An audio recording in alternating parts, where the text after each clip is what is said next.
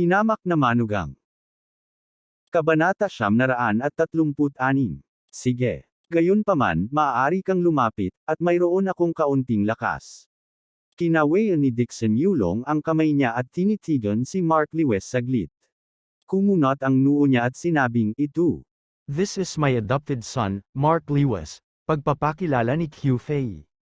Si Mark Lewis ay agad na humakbang pasulong, nagngangalit ang kanyang mga ngipin at sinabing, "Boss Dixon, si Alex Dixon ang naging dahilan upang ang aking buong pamilya ay nawalan ng tirahan at nagkawatak-watak. Nabuhay ako upang patayin si Alex Dixon at putulin siya."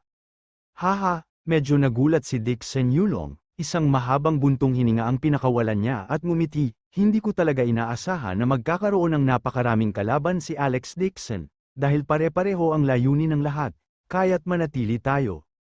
Oh, itinaas ni Q Fei ang kanyang mga kamay papunta sa kanya, sa utos ni Boss Dixon. Mula nang wasaki ni Alex Dixon ang Gate of Life and Death, umaasa na siya kay Dixon Rong sa ibang bansa. Nang maglaon, sumali siya sa Dark Group at naging branch ng Dark Group sa Yanxia. Hanggang ngayon, hinabol siya ni Alex Dixon na parang daga na tumatawid sa kalsada, nagtatago. Sabi ni Dixon Yulong na may malabong ngiti, "Maaari ko pang sabihin sa'yo, ang grupong Diablo ay itinatag ko." Ano, nang inig ang katawan ni Q Fei, at tuwang-tuwang sinabi niya, "Pwede bang, si Boss Dixon ang maalamat na Black King na nagtataglay ng kapangyarihang maabot ang langit?" Inilagay ni Dixon Yulong ang kanyang mga kamay sa kanyang likuran at ngumiti ng pagmamalaki. Lahat sila, agad na lumuhod sina Q Fei at Mark Lewis sa lupa at magalang na yumuko, nakaramdam ng pagkagulat sa kanilang mga puso. Ang Black King of the Dark Group ay ang pinakamataas na nilalang sa buong mundo sa ilalim ng lupa. Ang lahat ng underground na organisasyon sa mundo ay sumamba sa Black King. Sinasabing ang kapangyarihang taglay ng Black King ay lampas sa imahinasyon ng sinuman, kahit si Q Fei ay humanga sa Black King. Gayunpaman, dahil sa kanyang katayuan, hindi siya makilala ang Black King. Ngayong alam na ni Q Fei na si Dixon Yulong ang Black King, agad siyang naging magalang at nasa sabik. Lumuhod din si Mark Lewis sa lupa, ipinakita ang isang mabangis at malamig na ngiti sa likod ng kanyang maskara. "Alex Dixon, how dare you provoke the Black King? This time, hindi ka na mabubuhay kahit anong mangyari." Isa lang ang kinalabasan ng mga nakasakit sa Black King. Iyon ay kamatayan. Si Dixon Rong, na nasa tabi niya, ay nakaramdam din ng panginginig ng kanyang puso nang marinig niya ito. Hindi niya inaasahan na si Dixon Yulong ang Black King. Palihim niyang sinulyapan si Dixon Yulong. Malapit na yun, sa kabutihang palad, narinig niya ang pag-uusap ni Jiao Su at nakaisip siya ng dahilan sa pagpunta rito. Kung alam ni Dixon Yulong na hindi niya biolohikal na anak ang babae at kinuha lang siya ni Jiao Su para magpanggap na siya, sa kanyang init ng ulo, paano niya ito hahayaang mabuhay? Natatakot siya na mamatay siya on the spot. Maaari ding magpanggap si Dixon Rong bilang anak ni Dixon Yulong at itulak ang lahat ng sisihin kina Jiao Su at Alex Dixon. Pagkatapos ay sasabihin niya na pinutol niya ang lahat ng relasyon kay Jiao Su. Ngayon, sinisiraan niya si Jiao Su dahil sa pakikipagsabuatan kay Alex Dixon, para sa kapakanan ng mukha. Pagkatapos na patayin ni Dixon Yulong si Alex Dixon, tiyak na hindi niya hahayaang mabuhay si Jiao Su. Kapag namatay si Jiao Su, walang sino man sa mundo ang makakaalam na hindi siya ang biological na anak ni Dixon Yulong. Maaari pa rin niyang ipagpatuloy ang pagiging panganay na anak ng Dixon family. Sa villa ng Dixon family. Nakatanggap si Alex Dixon ng tawag mula kay Chin Lei. "Kuya, ayon sa surveillance ng Heavenly Eye ng Dragon Sky Group natin, si Dixon Yulong ay palihim na umalis ng lungsod kagabi. Mukhang pupunta siya sa Bai Province." Dapat sa Chu Province ang destinasyon niya, sabi ni Alex Dixon sa malalim na boses. Naguguluhan si Chin Lei, eldest senior brother. "How do you know? Nakita kong palihim na kumikilos si Dixon Yulong kagabi, sadyang itinatago ang kinaroroonan, tiyak na ayaw niyang malaman ang iba." "Oo naman," napangiti ng mahina si Alex Dixon, "siya ay nagbabantay sa akin dahil nilason ko ang kanyang anak na si Dixon Huaiyan. Ang lason ay isang lason na natatangi sa Azure Sky Realm, kung hindi siya pumunta sa Azure Sky Realm, hindi niya magagawang gamutin ang lason ng kanyang anak. Nasa plano niya ang lahat, Sinadya niyang lason si Dixon Huaiyan ng Death Corps Grass at gumawa ng 3 kahilingan. Sa pagiging dominante at mayabang ni Dixon Yulong, imposibleng sumuko siya sa mga Dixon at umalis ng bansa bago bumalik. Iyon ang imposibleng kondisyon na sadyang iniharap ni Alex Dixon. Nagamot lang niya ang buong lason. Sa isang banda, gusto niyang gamitin ang kahinaan ni Dixon Yulong para pigilan si Dixon Yulong na habulin ang kanyang pamilya. Sa kabilang banda, gusto niyang pilitin si Dixon Yulong na pumunta sa Green Sky Realm at pagalingin ang kanyang anak. Tanging kapag umalis si Dixon Yulong sa Yan Capital kasama ang kanyang anak ay magiging ligtas ang kanyang pamilya pansamantala. Matapos makinig sa paliwanag ni Alex Dixon, natauhan si Chin Lei at bakas sa kanyang mukha ang paghanga. Panganay na kuya, mas malakas ang utak mo kaysa sa akin. Ang sunod-sunod na pangyayaring ito ay naging dahilan ng pag-akay ng ilong ni Dixon Yulong at hindi man lang ito napansin, galing ng panganay na kuya. Malumanay na sabi ni Alex Dixon, pansamantalang panukala lang ito, hindi natin ito maantala ng ilang araw. Kung gayon, ano ang plano mong gawin? Napakamot ng ulo si Chin Lei at nagtanong. Isang malamig na liwanag ang sumilay sa mga mata ni Alex Dixon. Dahil pumunta si Dixon Yulong sa Chuzhou, maaari kong ayusin ito sa kanya. Mula sa awayan ng dugo sa pagitan ng kanyang mga magulang hanggang sa puot sa pagitan nila ni Dixon Yulong, tiyak na mayroong hindi mapagkakasunduang sama ng loob sa pagitan nila. Ang lalawigan ng Chu ay daan-daang milya ang layo. Pinlano niyang umalis sa Yan Capital kasama si Dixon Yulong, na magiging komportable para sa kanya na gamitin ang kanyang mga kamay at paa upang magkaroon ng mapagpasyang labanan kay Dixon Yulong doon. Tinampal ni Chin Lei ang kanyang noo at nanambalik ang kanyang katinoan. Eldest senior brother, I will go with you. Dixon Yulong is the Black King of the Dark Group. Siya ang target namin ni Han Yun. Sinabi ni Alex Dixon sa malalim na boses, maraming pamilya ng kultibasyon sa lalawigan ng Chu, at lahat sila ay nagtatago sa palengke. Kailangan nating itago ang ating mga landas sa pagkakataong ito upang maiwasan ang pagkalat ng balita. Dapat na mag-ingat, si Dixon Yulong. Alam ko, panatilihing low profile, keep a low profile, mabilis na tuma-NGO si Chin Lei, natatakot ako sa matandang bastard na si Dixon Yulong. Nang marinig ko na sasalakayin namin siya, natakot ako kaya tumakbo ako palayo sa pagitan ng aking mga binti. Then you should discuss with Han Yun, kailangan ko ring maghanda, aalis tayo in 2 days. Nang matapos si Alex Dixon sa pagtawag, nanlamig ang mukha niya. Ang paglalakbay na ito sa Chuzhou ay marahil ang huling labanan sa pagitan nila ni Dixon Yulong. Nakapunta na si Dixon Yulong sa Chuzhou at nagtanim sa pamilya Wang sa loob ng ilang taon, siya ay isang panlabas na alagad, kaya tiyak na mayroon siyang malaking impluwensya doon. Higit pa rito, tiyak na ililipat ni Dixon Yulong ang lahat ng elite ng Dark Group sa Chuzhou para pigilan siya sa pagpigil sa kanya sa paggamot sa lason ni Dixon Huaiyan. Ito ay malamang na isang malaking labanan.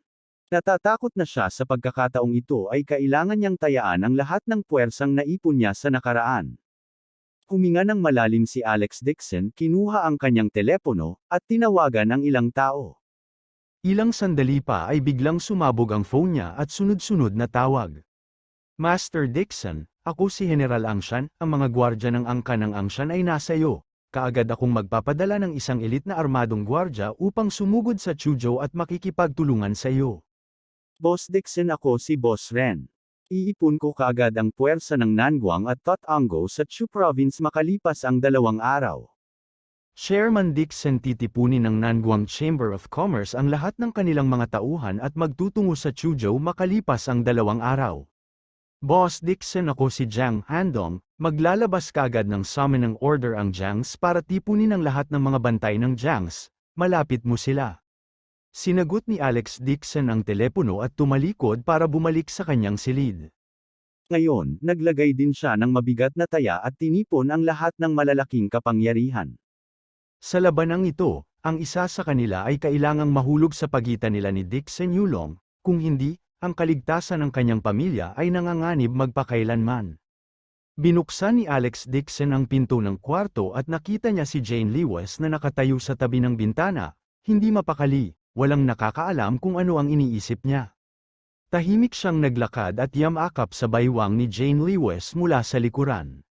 Miss, bakit hindi ka patulog? May gustong sabihin si Jane Lewis pero pinigilan niya ang sarili. Lumingon siya at mahinang tumingin sa kanya. Alex, narinig ko ang tawag mo noong dumaan ako. Haharapin mo ba talaga si Dixon Yulong? Natigilan si Alex Dixon at agad na tuma-NGO. Oh, hindi niya naisip na itago ito sa asawa. Hindi rin niya alam ang kahihinatnan ng labanang ito. Kabanata 937 si Jane Lewis ay mukhang nag-aalala. Alex, gusto mo ba talagang labanan si Dixon Yulong hanggang kamatayan? Napakalakas niya. Nag-aalala ako. Huwag kang mag-alala. Nakangiting niyakap siya ni Alex Dixon. Kailan ginawa ng asawa mo ang isang bagay na hindi siya tiwala? Bagamat sinabi niya, hindi sigurado si Alex Dixon. Tungkol sa background ni Dixon Yulong, hindi pa rin niya masabi. Hindi rin niya alam kung gaano kataas ang cultivation base ng taong ito. Hobby, promise me that you will come back safe and sound. Namula ang mga mata ni Jane Lewis. Hinaplos niya ang kanyang tiyan at sinabing, hihintayin kita kasama ang bata. Nabulunan ang lalamunan ni Alex Dixon at napakilos din siya. Niyakap niya ng mahigpit si Jane Lewis at sinabing, asawa, kahit anong mangyari, poprotektahan talaga kita at ang bata. Para sa kapakanan ng kanyang asawa, para sa kapakanan ng hindi pa sinisisi ang mga bata, kailangan niyang alisin si Dixon Yulong sa pagkakataong ito. Hindi niya dapat hayaan na magkaroon pa siya ng pagkakataong kailangan ng kaligtasan ng kanyang asawa at pamilya. Nang gabing yun, hindi nakatulog sina Alex Dixon at Jane Lewis. Nakahiga silang dalawa sa kama at nagkwentuhan hanggang madaling araw. Kinaumagahan, huminto ang kanilang transport plane sa paliparan ng Dragon Sky Group. Ang mga sasakyang pangtransportasyon ay puno ng mga batong jade na dinala mula sa Mian Realm. Tumayo si Alex Dixon sa tabi ng airport na may maliit na ekspresyon.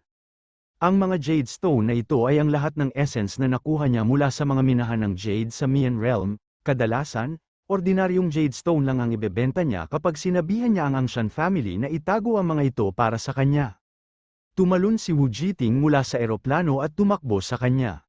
Master Dixon, lahat ng jade na kailangan mo ay dinala dito, espesyal ding inilipat ni General Angshan ang isang batch ng mga dekalidad na bato ng jade mula sa kanyang pribadong minahan ng jade para sa iyong paggamit.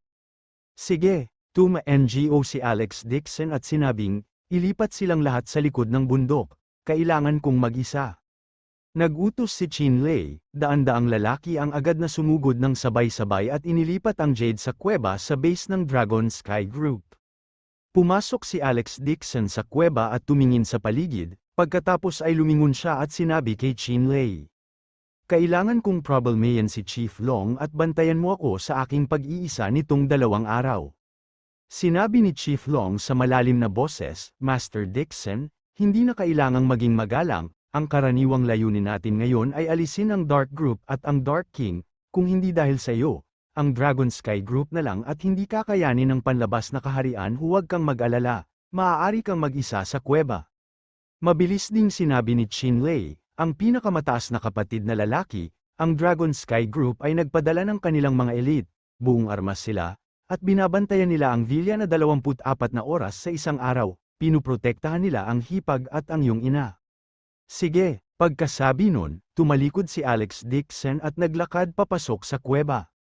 Sa 2 araw na ito, kinailangan niyang umasa sa mga panlabas na puwersa para masira ang kanyang cultivation base, kung hindi, kahit ang tiyuhin na si Wang sa tabi ni Dixon Yulong ay nasa maagang yugto ng nascent soul. Ayon sa impormasyon ni Chin Lei, si Dixon Yulong ay lihim na nagpapadala ng malaking bilang ng mga puwersa sa labas ng mundo.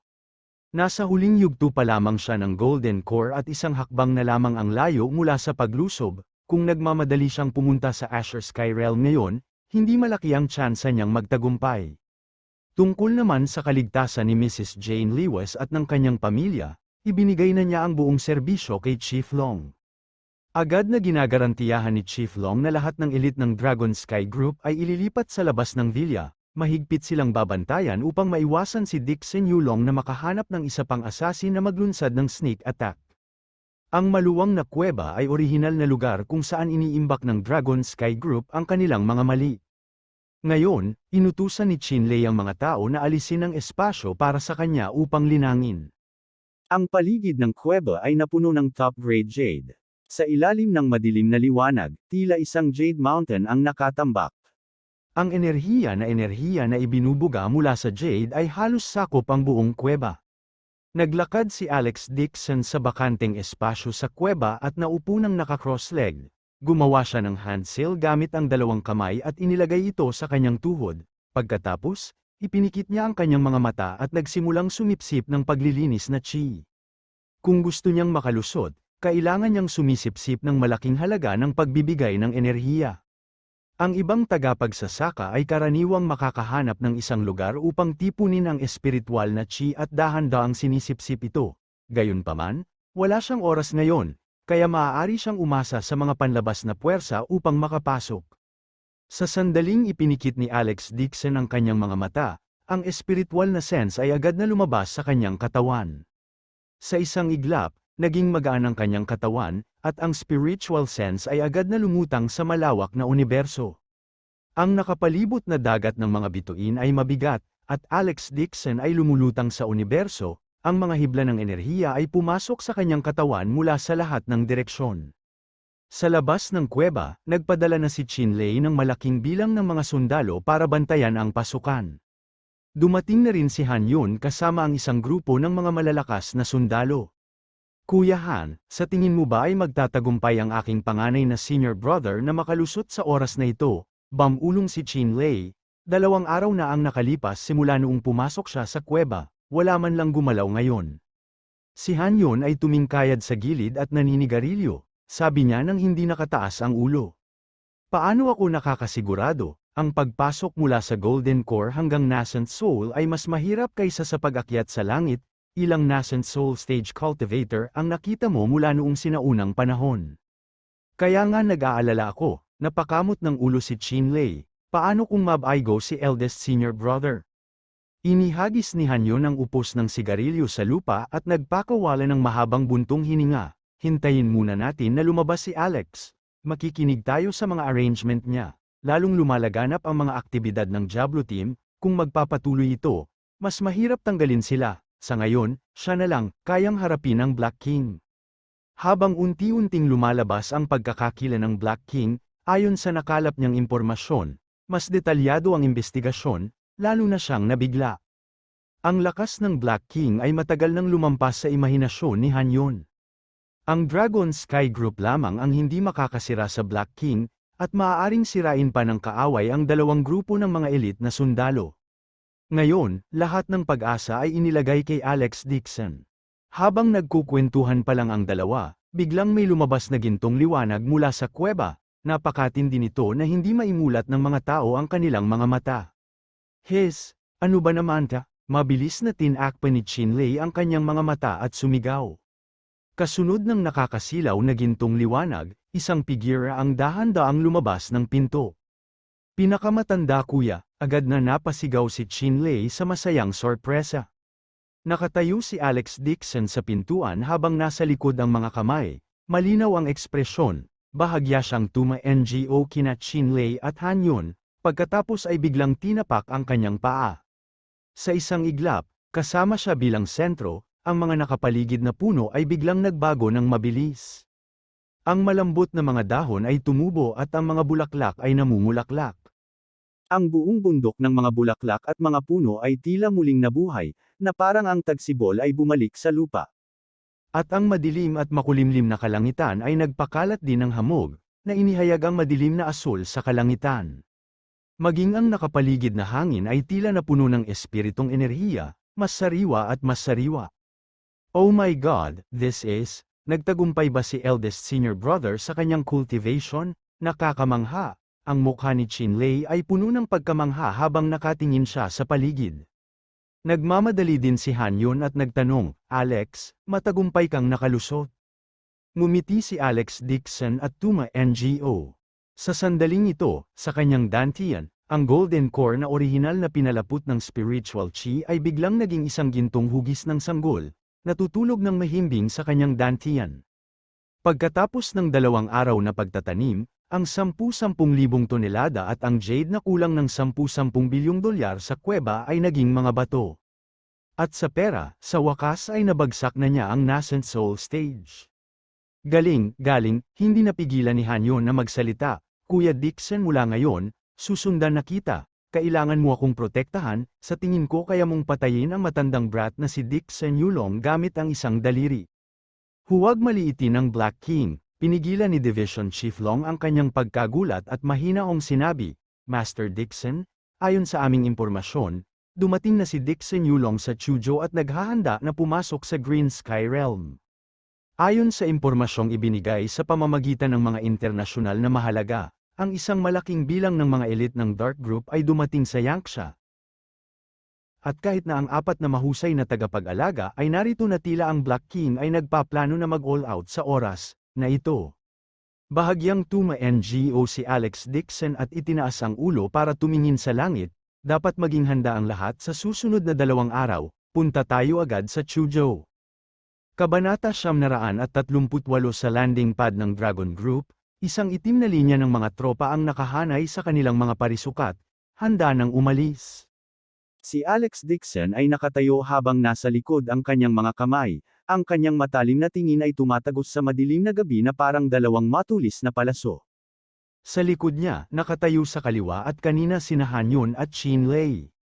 Si Ding Ching at Ding Yu, ang 2 magkapatid, ay nakasuot ng masikip na damit at nakatayo sa gilid na may solemn na at maliit na mga ekspresyon. Si Zhao So ay nakasuot pa rin ng kipaw, ngunit ang kanyang ekspresyon ay medyo seryoso. Ayon sa plano ni Alex Dixon, pupunta siya sa Green Sky Realm sa pagkakataong ito upang manatiling mahinahon at maiwasan ang pag-alerto sa kalaban. Dinala niya ang ilang tao sa Green Sky Realm ng palihim, habang ang iba pang malalaking paksayon ay kumalat at sumunod na malapit sa likuran. Sa ganitong paraan, mapipigilan nitong si Dixon Yulong na malaman ang tungkol sa kanyang background. Tumalon si Chin Lei sa sasakyan at ikinaway ang kanyang kamay. Panganay na kuya, akyat ka na agad. Ang malaking umiikot na likido ng helicopter ay tumagay ng mga alon ng hangin sa lupa. Lumingon si Alex Dixon at sinabi kay Chief Long, ligtas na ang aking asawa at pamilya, pansamantala ko kayong guguluhin. Seryoso ang mukha ni Chief Long habang pilit niyang kinamayan.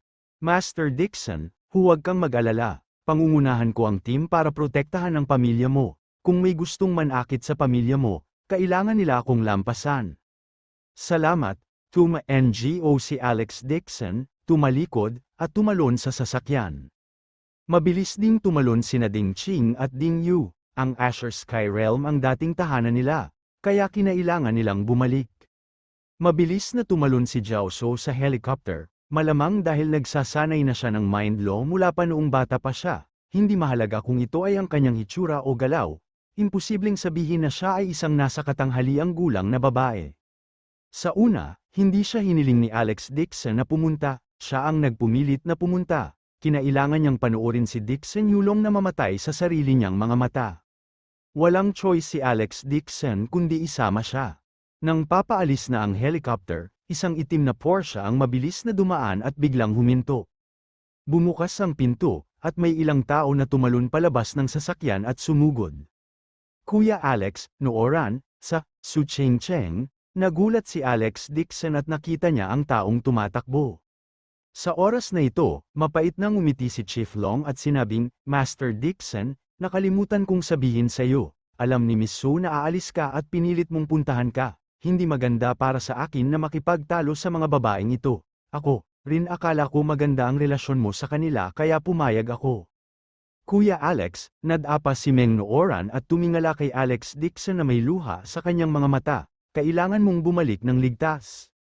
Si Chen Xiaojiao, na nasa tabi niya, ay kumaway din sa kanya ng buong lakas, hihintayin namin ang pagbabalik mo. Tumayo si Alex Dixon sa pintuan ng cabin, bahagya siyang tuma-NGO. Dama po ang kanyang tingin kay Su Ching-cheng. Ang kanyang pulang damit ay lumipad sa hangin dahil sa napakalaking airwave. Si Su Ching-cheng, na karaniwang may karanasan at may kakayahan, ngayon ay nakalaylay na ang kanyang buhok at ang kanyang itim na buhok ay lumilipad sa hangin. At ang kanyang ekspresyon ay hindi na kasing lamig at eleganteng gaya ng dati, ito ay talagang puno ng pag-aatubili. Alex, I want to go with you. Inutusan ko na ang mga miyembro ng Armed Forces team ng Su family na magtipon, malapit na siyang ipadala doon. Itinaas ni Su Qingcheng ang kanyang ulo at sumigaw ng may determinasyon. Walang magawa si Alex Dixon at sinabing, "Qingcheng, hindi ako maglalaro sa pagkakataong ito, hintayin mo ako sa Yan Capital." Siyempre alam kong hindi ka maglalaro, si Su Qingcheng ay may hitsura ng determinasyon. Nag-aalala ako na papayagan kitang pumunta doon ng ganyan, pupunta ako at tutulungan kita. Tinitigan siya ni Alex Dixon, isang bakas ng guilt ang sumilay sa kanyang puso. Qingcheng, sana ay manatili ka sa Yan Capital ng walang ibang dahilan, ang hinihiling ko ay maging ligtas ka sa natitirang bahagi ng iyong buhay, makinig ka sa akin sa pagkakataong ito, okay lang ba yun? Pagkatapos niyang ikasal, noon pa man ay umaasa siyang hikayatin si Su Qingcheng na huwag magbigti sa puno niyang ito. Ngunit tila hanggang ngayon ay nabigo pa rin ang kanyang pangungumbinsi. Naantig si Su Qingcheng sa kanyang puso, napatingin siya sa figura ni Alex Dixon na nakatayo sa eroplano at hindi niya maiwasang maramdaman sa kanyang ilong. Karaniwang ipinakita niya sa iba ang kanyang malamig at eleganteng imahe, hindi niya kailanman ipinahayag ang kanyang kahinaan. Pero nang marinig niya ang sinabi ni Alex Dixon kanina lang ay halos mapaiyak siya. Akala niya ay walang pakialam sa kanya si Alex Dixon, ngunit ngayon ay nalaman niyang sa wakas ay nagmamalasakit pa rin ito sa kanya. Kahit na si Alex Dixon ay nagmamalasakit lamang sa kanya dahil sa kanyang kaibigan noong bata pa, o ilang iba pang hindi maipaliwanag ang emosyon, si Su Qingcheng ay lubos na nasisiyahan. Naikayam ni Su Qingcheng ang kanyang mga kamao at sa wakas ay sumuko kay Alex Dixon sa unang pagkakataon. Ako, hindi pa rin niya masabi ang gusto niyang sabihin dahil ayaw niyang madagdagan pa ang psychological burden sa kanya. Tumingala si Su Qingcheng sa langit at itinago ang pagkahibang sa kanyang mga mata. She shouted, "Alex Dixon, let me tell you, kung hindi ka babalik, pupunta talaga ako at hahanapin ka." Sa tabi niya, kinuyam ni Qin Yue ang kanyang mga kamao at sa wakas ay pinigilan ng sakit sa kanyang puso. Napatulala siyang tumingin kay Alex Dixon, tanging figure lang nito ang nasa mga mata nito, na para bang maraming gustong sabihin sa kanya. Ngunit sa huli, bahagya lamang ang sinabi ni Qin Yue, "Kahit ano paman, hihintayin kong bumalik ka." Sa sandaling ito, sa wakas ay inamin ito ng kanyang matigas ang ulo. Nakaukit na si Alex Dixon sa kanyang puso, at hindi niya mabubura ang anumang bakas niya sa buhay na ito. Ang ilang sasakyang pangtransportasyon ay dahan-daang umangat sa kalangitan sa madilim na gabi, papalayo ng palayo, at sa wakas ay naging isang maliit na tuldok. Si Su Qingcheng, na nakatayo sa landing pad, sa wakas ay ibinagsak ang sarili sa mga bisig ni Qin Yue, at patuloy na umaagos ang kanyang mga luha. At ito ay nasa bubong ng villa. Tumingala si Jane Lewis sa langit habang umaagos ang mga luha sa kanyang mukha. "Hobby, kailangan mong makabalik ng ligtas." Bumalik si Alex Dixon sa cabin at naupo na may halong damdamin. "Pinakamatanda na kapatid na lalaki, hindi ko inaasahan na ang swerte mo sa mga babae ay napakabuti." May naiinggit si Qin Lei sa kanyang mukha. "Anong cultivation technique ang ginamit mo? Turuan mo ako." Galit na sinampal siya ni Han Yun. "You spend every day in the Dragon Sky Group's base with a bunch of tough guys. Kapag nakakita ka ng babae, hindi ka man lang makapagsalita, natatakot akong hindi ka turuan ng panganay mong nakatatandang kapatid, ikaw mas mabuting sumunod ka sa akin, ibang bansa."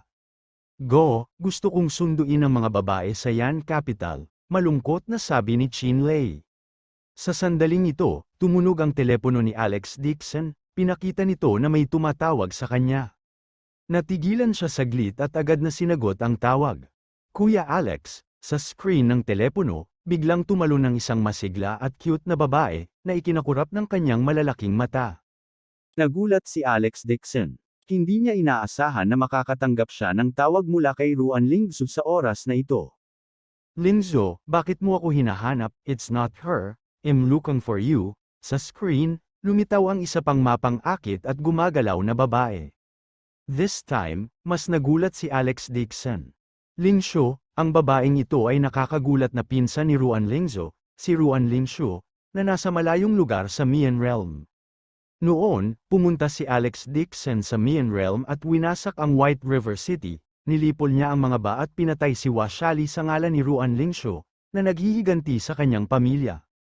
Pagkatapos noon, ibinato niya sa kanyang isipan ang bagay na ito. Hindi niya inaasahan na maaalala siya ni Ruan Lingshu at gusto pa niyang pakasalan siya ni Ruan Lingzu. Gayunpaman, natural na tumanggi si Alex Dixon sa ganitong uri ng bagay. Si Yan Xia ay hindi Mian realm, at walang tradisyon ng polygamy ng pamilya Ruan. Isa pa, kung talagang ginawa niya yun, tiyak na hihiwalayan siya ni Jane Lewis. Tinakpa ni Ruan Lingshu ang kanyang bibig at ngumiti at sinabing, Master Dixon, naaalala mo pa ba ako? Bakit hindi ko maalala? Ngumiti ng mapait si Alex Dixon, matagal na, hindi ka pa rin nagbabago, nakangiting sabi ni Ruan Lingshu. Pagkatapos ay iniba niya ang paksa, pupunta ka ngayon sa Chuzhou? Di ba, nabalitaan ko ito kay Boss Anshan, nanumpa ang pamilya ko sa Ruan noong araw na yun, magiging tapat ako sa iyo habang buhay. Ngayon, nagpadala na ako ng armado ng pamilya Ruan, puwersa sa Chuzhou na may malaking bilang ng mabigat na sandata. Kabanata 939. Hindi inaasahan ni Alex Dixon na magpapadala rin ng tropa ang pamilya Ruan, hindi niya maiwasang madamay. Sa araw na yun, saglit lang siyang nakaramdam ng simpatiya sa mga ito, dagdag pa sa katotohanan na sabay na naglalabas ng galit si Washali mula sa Five Young Association at ang baklan, nagawa niyang maalis ang mga ito sa daan. Hindi niya akalain na palaging maaalala ng pamilya Ruan ang kabaitang ito. Sabi niya na may seryosong ekspresyon, salamat, Chairman Ruan. Tinakpa ni Ruan Lingshu ang kanyang bibig at ngumiti ng kaakit-akit. Hindi na kailangang maging magalang. Lingshu na lang ang itawag mo sa akin. Natigilan sandali si Alex Dixon at saka mahinahong ngumiti, salamat, Lingshu. Si Chin Lei, na nakatingin sa gilid, ay naramdamang namumula ang kanyang mga mata. He clicked his tongue and said, eldest senior brother, I didn't expect you to go overseas to pick up girls. Kailan mo ako pinakilala sa ilang girls? Binaba ni Alex Dixon ang telepono at mabilis na sinabi, oo naman, kapag binuksan mo ang aperture mo balang araw, ipapakilala kita sa kanila. Kailan ko ba hindi binuksan ang isip ko? Sinabi ni Chin Lei, hindi kumbinsido, hindi mo ba nakita na kapag lumabas ako, lahat ng batang modelo at celebrity ay dumidikit sa akin? Mapanuksong sinabi ni Han Yon, sa tingin mo ba ay pinuntahan kanila, sa reputasyon bilang silk pants ng pamilya Chin, young master, sa paningin nila, isa ka lang naglalakad sa ATM, kung wala kang kotse, pera, o background ng pamilya, sa tingin mo ba ay titingnan kanila? Umupo silang dalawa sa sasakyan at nagkwentuhan, gayunpaman, naramdaman ni Alex Dixon ang kanyang mga talukap at nagawa ang lahat ng bagay sa paligid niya. Ang spiritual sense ay pumasok sa isang estado ng pagiging hindi makasarili. Kailangan niyang gamitin ng husto ang bawat minuto at segundo para linangin. Bilang karagdagan, ang ilang mga magic na armas sa kanyang katawan ay malubhang nasira, at wala siyang oras upang ayusin ang mga ito, kailangan niyang humanap ng pagkakataon para ayusin ang mga sandatang mahika. Chuzhou, huminto ang sasakyan sa parking area ng lokal na Secret Service. Si Alex Dixon at ang iba ay nagpalit ng mga simpleng damit at pumasok sa lungsod sakay ng kotse. Mula dito sa Green Sky Territory, may mahigit 100 kilometro pa ang lalakbayin, hindi siya makasakay ng eroplano ng direkta sa Azure Sky Realm para maiwasang malantad ang kanyang mga landas. Ang Azure Sky Realm ay matatagpuan sa isang malalim na bundok na tinatawag na Tri-Water Town, mahigit 100 kilometro ang layo. Aabutin ng humigit kumulang 2 oras ang paglipat mula rito papunta rito. Si Alex Dixon at ang iba ay nagpalit ng mga casual na damit at nagkunwaring mga ordinaryong pasahero, sumakay sila ng kotse at sumakay. Ang mga puwersang natipo niya mula sa lahat ng dako ay darating sa Chuzhou Secret Service ng madaling araw. Nakipag-ugnayan na sa kanila si Chief Long, sa oras na yun, nasa ilalim siya ng utos ng lokal na pinuno ng Departamento ng Labanan, at nagdadala siya ng malaking bilang ng mga puwersa sa Three-Water Town. Upang maiwasang maakit ang atensyon, ang magkapatid na sina Ding Ching at Ding Yu ay bumili ng maskara at nagsuot ng sombrero para matakpan ang kanilang mukha. Nagpalit din si Zhao Su ng kanyang karaniwang kasuutan at nagsuot ng set ng sportswear at sunglasses. Ang grupo ng mga tao ay nakaupo sa van at nagmaneho papunta sa Sanshui Town. Sa tanghali, sa wakas ay dumating ang van sa Sanshui Town. Nako, hindi ko inaasahan na napakaraming tao sa bayang ito. Tumalon si Chin Lei mula sa van at agad na tumingin sa paligid. Itinaas ni Zhao Su ang kanyang sunglasses at tumingin din sa paligid. Sabi niya, tignan mo na lang, huwag mong i-provoke ang mga taga roon. Bakit, hindi ba't grupo lang sila ng mga ordinaryong tao? Walang ingat na sagot ni Qin Lei. Ngumisi si Zhao Su, ordinaryong tao, hindi mo alam na marami sa mga taong bayan sa Three Water Town ang inilipat sa Green Sky Territory, maraming cultivation family sa bayan, ngunit hindi mo matukoy sa hitsura. Pagkasabi noon ay bigla niyang tinuro ang isang dumaan, tingnan, ang mga taong ito ay hindi bababa sa yugto ng Foundation Establishment. Kahit walang paalala ni Zhao Su, napansin na ni Alex Dixon. Ang bayang ito ay puno ng espiritu ng enerhiya. Isa itong makapangyarihang kapangyarihan na lupain. At ang tila ordinaryong taong bayan, marami sa kanila ay talagang tagapagsasaka, mayroong chi condensation cultivator sa lahat ng dako, at marami ring foundation establishment cultivator, mayroong kahit isa o dalawa sa yugto ng Golden Core. Hindi napigilan ni Alex Dixon na sabihin, hindi ko akalain na ang isang maliit na bahay ay mapupuno ng mga nakayukong tigre at nakatagong mga dragon. Sa oras na ito, sinabi ni Ding Qing sa gilid, ang mga taong ito ay inilabas lahat mula sa Azure Sky Realm, syempre sila ay makapangyarihan, gayunpaman, karamihan sa kanila ay nagtitipon sa bahay upang magtanim, bihira silang umalis sa bahay, kaya alam ng mga tagalabas, napakakaunti tungkol sa lugar na ito. I'm hungry, tara sa restaurant sa harap para kumain, sabay turo ni Qin Lei sa harap. May Volkswagen restaurant doon, maliwanag at malinis ang mga bintana, mukhang mas magandang restaurant ito sa Sanshui Town. Sa pag-aakalang gutom na ang lahat, naglakad si Alex Dixon papunta sa restaurant, binalak din niyang tanungin ang amo tungkol sa lokal na sitwasyon. Dahil ang Tri-Water Town ay ang lugar ng pagtitipon ng cultivator, dapat mayroong maraming magic weapons, may nagtitinda pa nga na nagbebenta ng magic weapons, nagkataon lang na bumili siya ng ilang magic weapons para puspusin ang spirit energy at gamitin ang mga ito para ayusin ang nasirang Eastern Emperor Bell, Water Spirit, at iba pang mahiwagang kayamanan. Hindi kalakihan ng restaurant, at 6 o 7 lamesa lang ang nasa loob. Maglalakad na sana si Alex Dixon sa isang table at uupo nang biglang may sumulpot na figura sa harapan niya at diretsyong umupo sa upuan sa harap niya. Umalis ka na, ako na ang bahala dito sa tindahan. Ang taong nakaupo sa harap ni Alex Dixon ay isang binata na nakasuot ng mabulaklak na sando, mayroon ding 4 o 5 maitim ang balat na malalawak na lalaki sa tabi niya, para silang tinanggap na mga tulisan. Ang floral shirt na lalaki ay mukhang isang hedonistic na anak na may pare ng triangular na mata na nakatingin sa langit, hindi na niya kailangan pang tingnan ang taong nasa harapan niya, siya ay lubhang mayabang. Bahagyang kumunat ang noo ni Alex Dixon, kung sa ibang pagkakataon ay tiyak na susuntukin niya ito. Pero ngayon, with the intention to keep a low profile, ayaw niyang makipagtalo sa hedonistic na anak ni Ab***TCH na ito pansamantala. Tumalikod siya at sinenyasan ng iilan sa kanila na maupo sa tabi niya. Sa hindi malamang pagkakataon, nang makita ng mabulaklak na sando na uupo na sila ay agad itong sumipol. Woof, woof, isang mabangis na asong lobo ang biglang tumalon at tumalon sa mesa.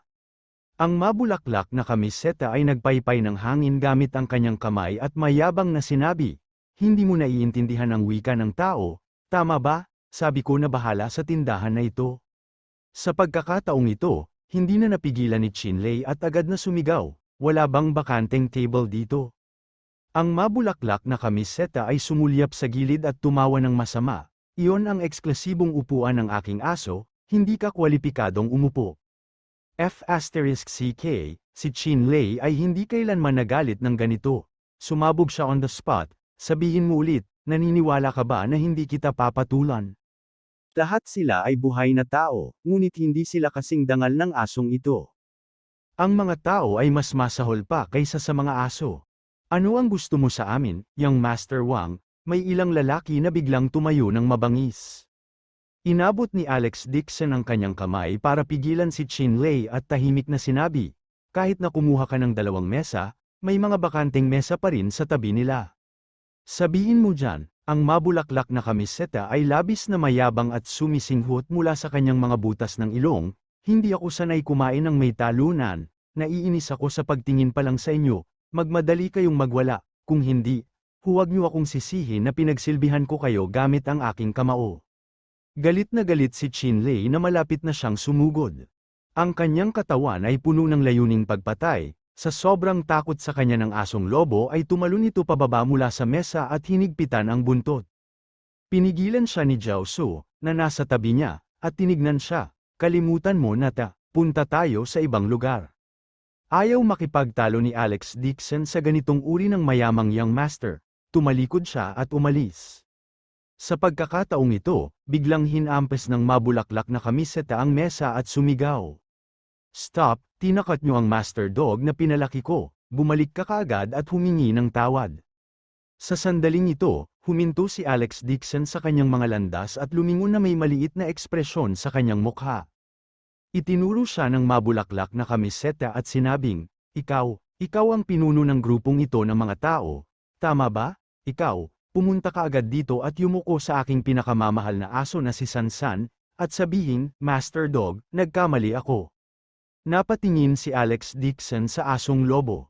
Ang asong ito ay may puro itim na likod, ngunit talagang may makapal na gintong kadena sa leeg nito, at ito ay nilagyan pa ng mga diamante. Ang aso ay may dalawang pinakabagong relo ng prutas sa kanyang mga paa, at ang tuwalya sa bibig sa leeg nito ay nakakagulat na isang limitadong bersyon ng Versace.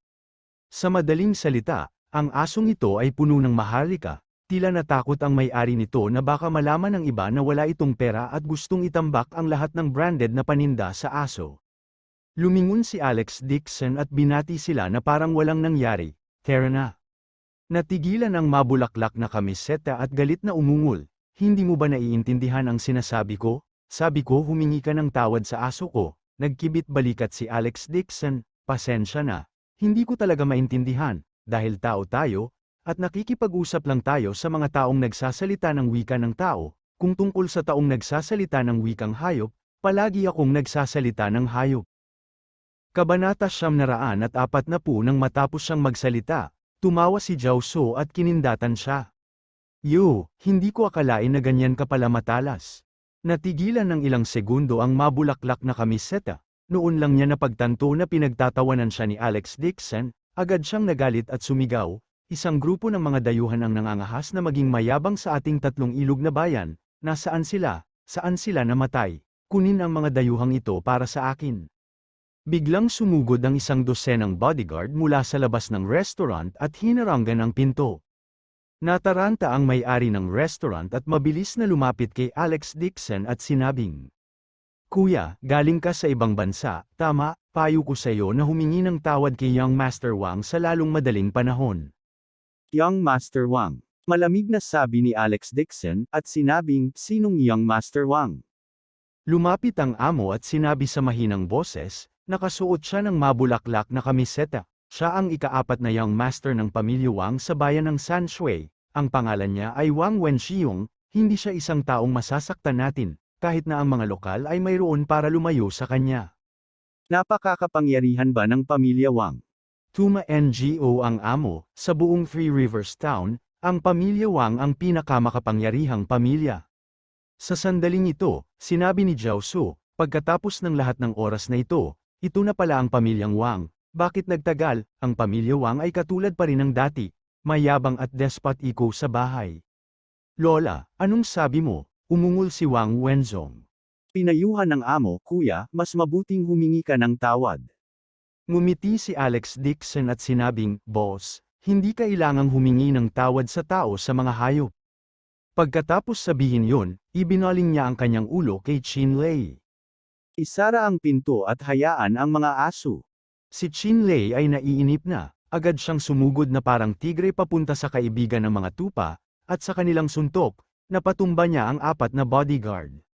Siya ang pinuno ng pangkat ng Dragon Sky Group, ang pakikitungo sa mga sundalong hipon at mga general ng alimango ay hindi nagsagawa ng maraming pagsisikap.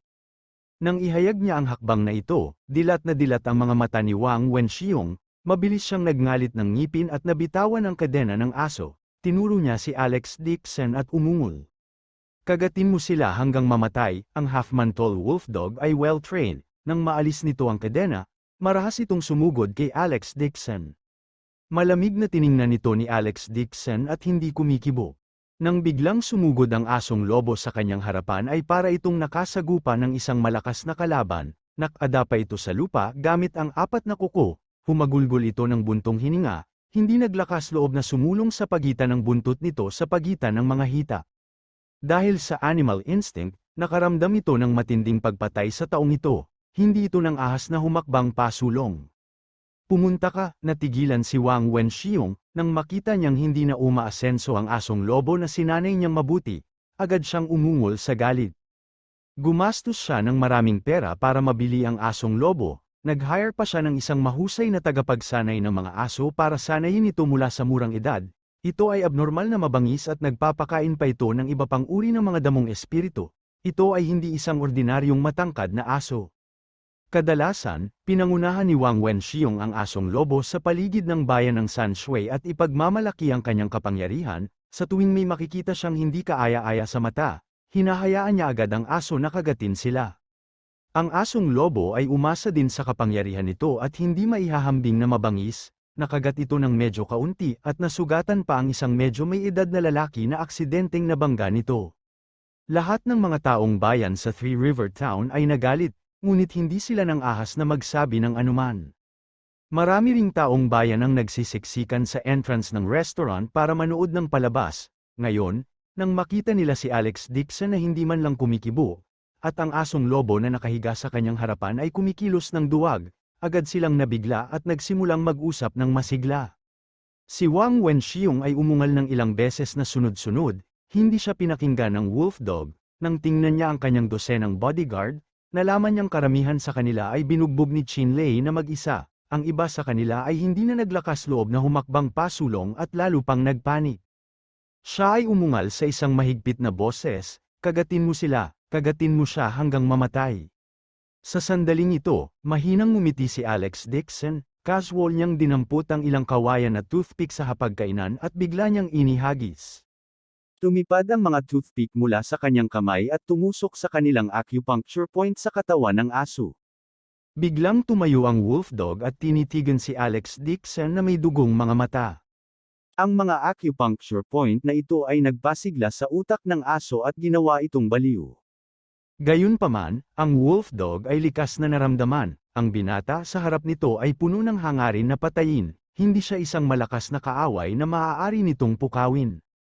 Kaya, dahil sa likas na ugali ng mga hayop, lumingon ang asong lobo at tinitigan si Wang Wenxiong ng may pag-iimbot. Sa ilalim ng nagngangalit na estado, ang asong lobo ay umasa sa kanyang instinct upang malaman ang taong ito ay mahina at maaaring makagat nito. Hindi inasahan ni Wang Wenxiong na talagang ituturo sa kanya ng asong lobo ang leeg nito at magpapakawala ng matinding ungol, agad siyang nagpanik, F***CK, "I am your master. Bilasin mo at kagatin mo itong dayuhan."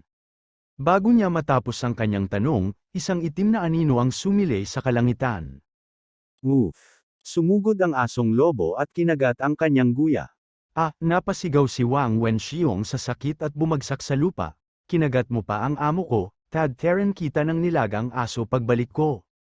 Nagmura siya at parang naintindihan siya ng asong lobo at sinimulan siyang kagatin ng baliw. Natigilan ang mga bodyguard sa gilid, nagmamadali silang iligtas siya. Gayunpaman, ang asong lobo ay kumalas sa pagkakahawak nito, at tuwang-tuwang inatake ang mga bodyguard, kinagat sila hanggang sa mapuno ng dugo ang kanilang mga katawan. Ang asong ito ay sinanay at ang lakas ng pakikipaglaban nito ay abnormal na malakas, ilang bodyguard ang nakagat hanggang sa tumili sila at tumakbo palayo. Kinaladkad ni Wang Wenxiong ang kanyang nasugatan na binti at gustong tumakbo palabas ng pinto sa takot, ngunit sa pagtakbo niya sa pinto, naharang siya ng isang itim na anino. Nag-cross arm si Zhao Su at tumayo sa pintuan na may ngiti sa kanyang mukha, matamis siyang ngumiti kay Wang Wenzong. "Hindi ka sinabihan ng amo namin na umalis ka, bawal kang umalis sa pintong ito." Pagkatapos niyang magsalita, itinaas niya ang kanyang jade leg, na may suot na pares ng sapatos na pangturista, at sinipa si Wang Wenxiong sa tiyan, sinipa niya ito at pinagulong at nahulog pabalik sa shop. Ang asong lobo sa tabi niya ay agad na sumugod at kinagat si Wang Wenxiong. Tulong, isang malaking piraso ng laman ang agad na natanggal sa katawan ni Wang Wenxiong, tumutulo ang dugo at napasigaw siya sa sakit. Kahit na siya ay anak ng pamilya Wang, bukod sa pagiging isang masamang young master, ang kanyang cultivation base ay napakababaw, nakagat siya ng mabangis na aso at hindi man lang makalaban. Umalingaw-ngaw sa shop ang malungkot na hiyawan ni Wang Wenxiong, gumaan din ang pakiramdam ng crowd na nanonood ng palabas sa entrance nang makita nila ito, pumalakpak silang lahat at pinuri si Wang Wenxiong.